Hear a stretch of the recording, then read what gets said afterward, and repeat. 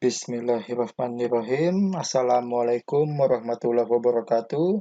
Selamat pagi semua. Salam olahraga. Salam sehat, bugar, dan sportif.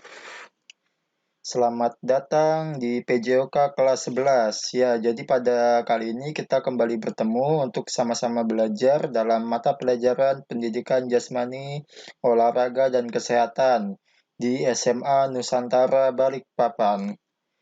Ya, sebelum Bapak jelaskan lebih lanjut, Bapak jelaskan dulu kompetensi dasarnya.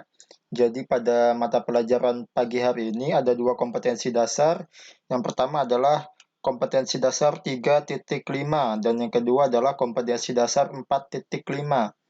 Jadi kompetensi dasar 3.5 itu berkaitan dengan pengetahuan.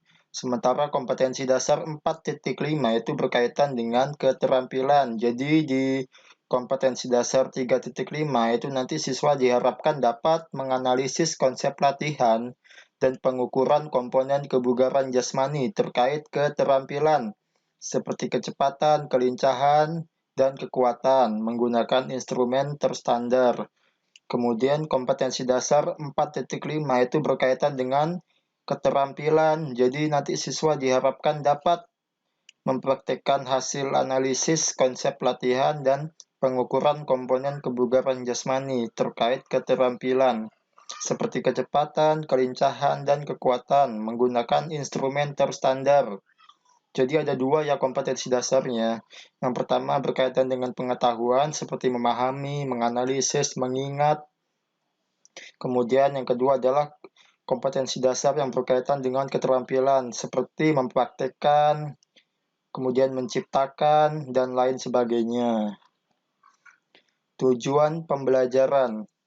Nah, dengan pendekatan saintifik dan model pembelajaran discovery learning, peserta didik dapat menunjukkan perilaku disiplin, tanggung jawab, jujur, dan percaya diri, menjelaskan dan mempraktekkan komponen kebugaran jasmani terkait keterampilan, seperti kecepatan dan kelincahan, dan kekuatan. Sebelumnya Bapak jelaskan dulu apa sih pendekatan saintifik itu, kemudian model pembelajaran discovery learning itu apa gitu. Jadi pendekatan saintifik itu adalah pendekatan di mana nanti dalam proses pembelajaran itu ada 5 tahap.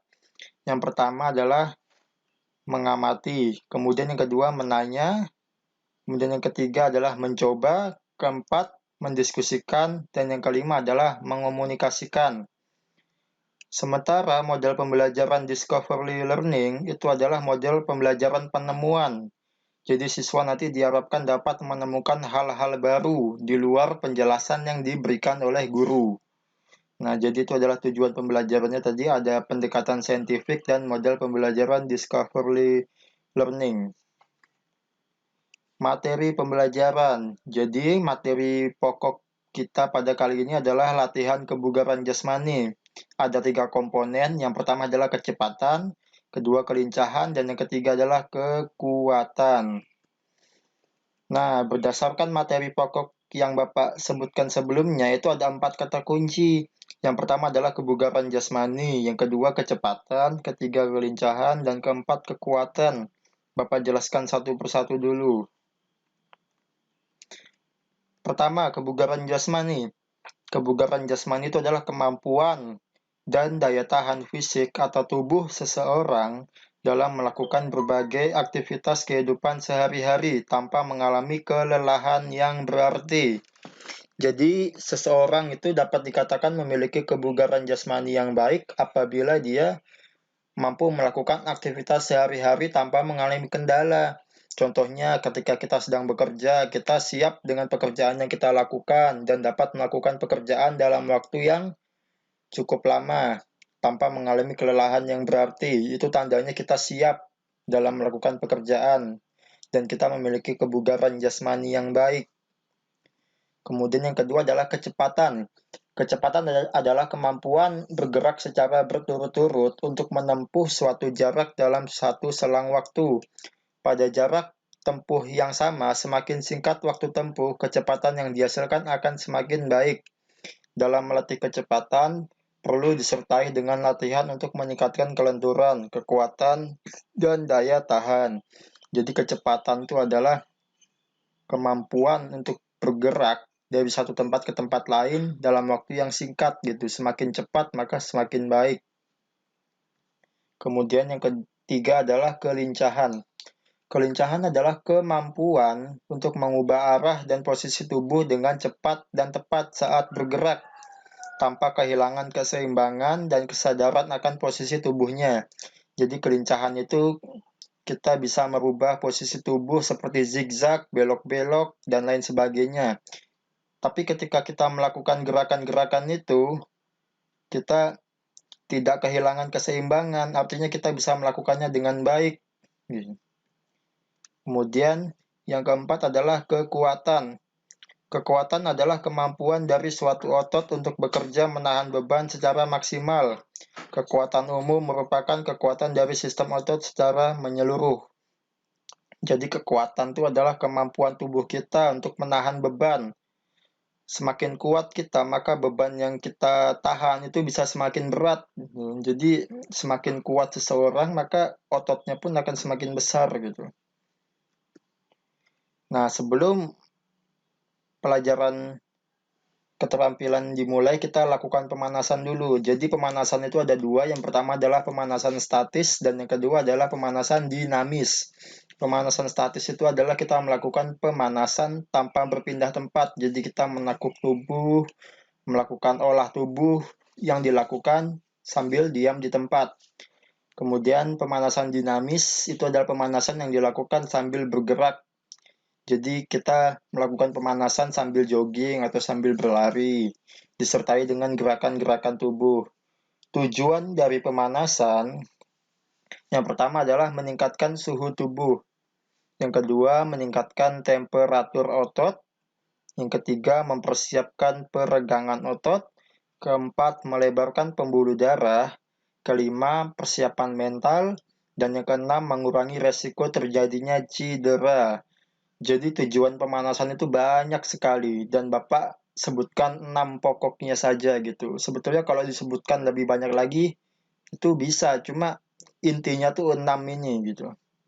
Jadi pemanasan itu sangat penting. Nah, kita lihat dulu ini adalah pemanasan dari statis. Jadi pemanasan yang dilakukan sambil diam di tempat atau tidak berpindah-pindah tempat.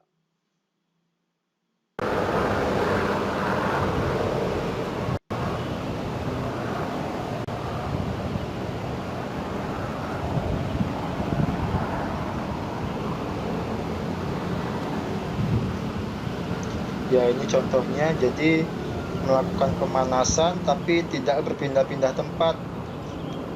Kita menekuk tubuh, tangan, kepala, leher, dilakukan sambil diam di tempat. Ini namanya pemanasan statis. Ya.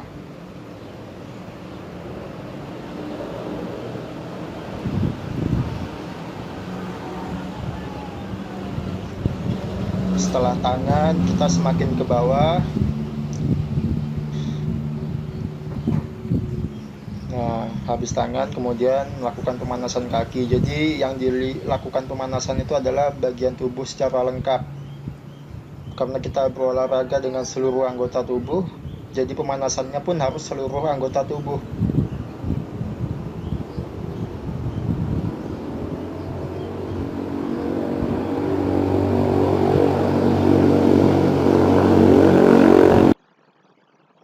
Ini menekuk kaki.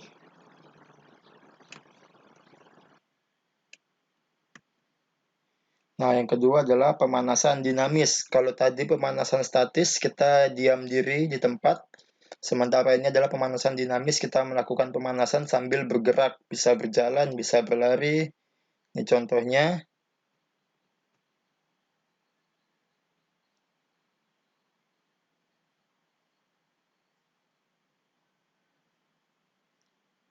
Ya, ini sambil jogging. Diawali dengan jogging dulu. Bisa lari bolak-balik atau jogging memutari lapangan. Nah, kemudian dikombinasikan atau digabungkan dengan gerakan tangan.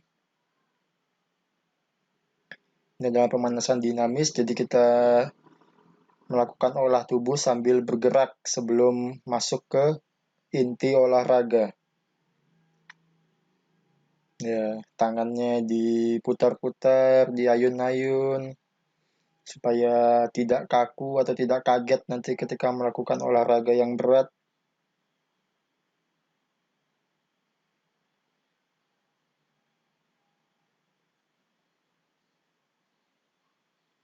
Nih,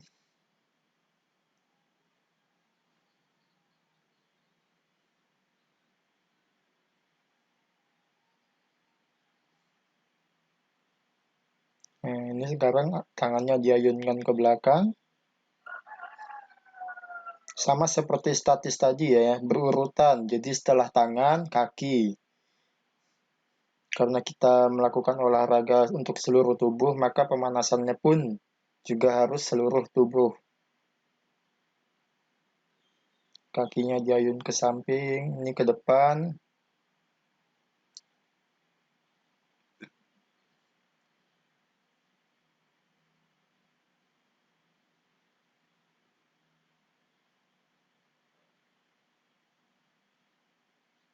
Ya, ini adalah pemanasan statis dan dinamis. Nah, sesuai dengan penjelasan di awal tadi, ada 5 tahap dalam pendekatan saintifik. Yang pertama adalah mengamati.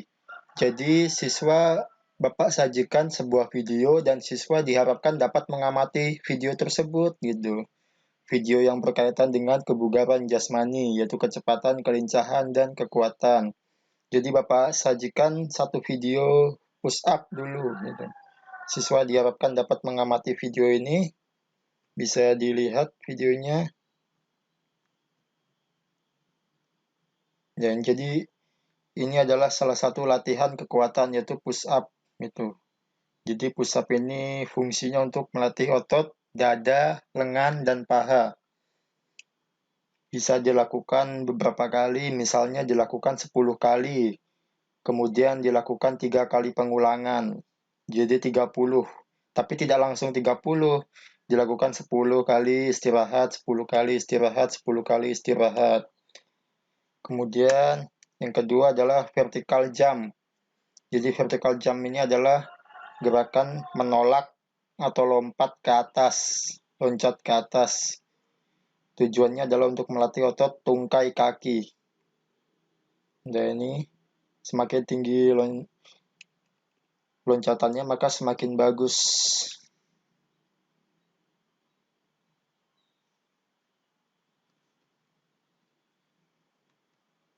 Nah, setelah mengamati, pasti siswa timbul rasa ingin tahu. Nah, silakan kalian gali dan identifikasi pertanyaan-pertanyaan yang berkaitan dengan contoh video tersebut. Kemudian dapat adik-adik ajukan kepada bapak atau ibu guru kalian gitu. Jadi yang pertama tadi adalah mengamati. Setelah mengamati, maka sekarang siswa pasti ingin bertanya, gimana sih video-video kebugaran jasmani yang lainnya? Apakah saya bisa melakukannya? Kira-kira kesulitan apa ya yang saya hadapi nanti? Ya, pasti kan adik-adik timbul rasa ingin tahu, yaitu menanya. Nah, setelah tadi mengamati, menanya, sekarang tahap yang ketiga adalah mencoba. Contoh gerakan mencoba ini ada 3 gerakan. Yang pertama adalah shuttle run. Shuttle run ini adalah lari bolak-balik. Yang kedua squat jump. Yang ketiga adalah squat thrust. Nah, yang pertama adalah shuttle run. Jadi shuttle run ini adalah lari bolak-balik. Bisa dilihat contoh videonya. Nah, ini. Shuttle run ini berfungsi untuk melatih kecepatan, kelincahan. Jadi kita lari sambil bolak-balik.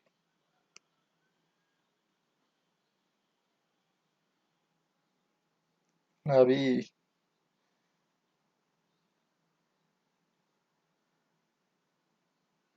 Nih. Itu adalah latihan shuttle run. Kemudian yang kedua adalah squat jump. Nih, squat jump ini adalah salah satu latihan kelincahan dan kekuatan juga. Ini berfungsi untuk melatih otot tungkai dan paha. Sama seperti push up tadi bisa dilakukan beberapa kali, misalnya 10 kali tapi 3 kali pengulangan, jadi 30 totalnya. Kemudian yang ketiga adalah squat thrust. Ini melatih kekuatan. Jadi squat thrust ini adalah kombinasi dari push up dan squat. Jadi kita berdiri, kemudian push up, kemudian berdiri lagi, push up. Ini lebih berat dari gerakan sebelumnya ya, karena dia gabungan dari kedua gerakan.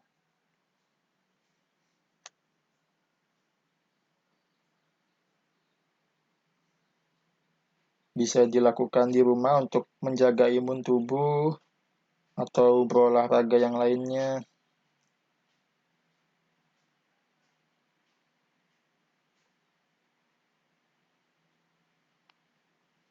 Squat thrust. Nah, sudah 3 video. Sekarang tahap yang keempat adalah mengasosiasi. Tadi tahap yang pertama adalah mengamati, yang kedua menanya, yang ketiga mencoba. Sekarang masuk tahap keempat, yaitu mengasosiasi.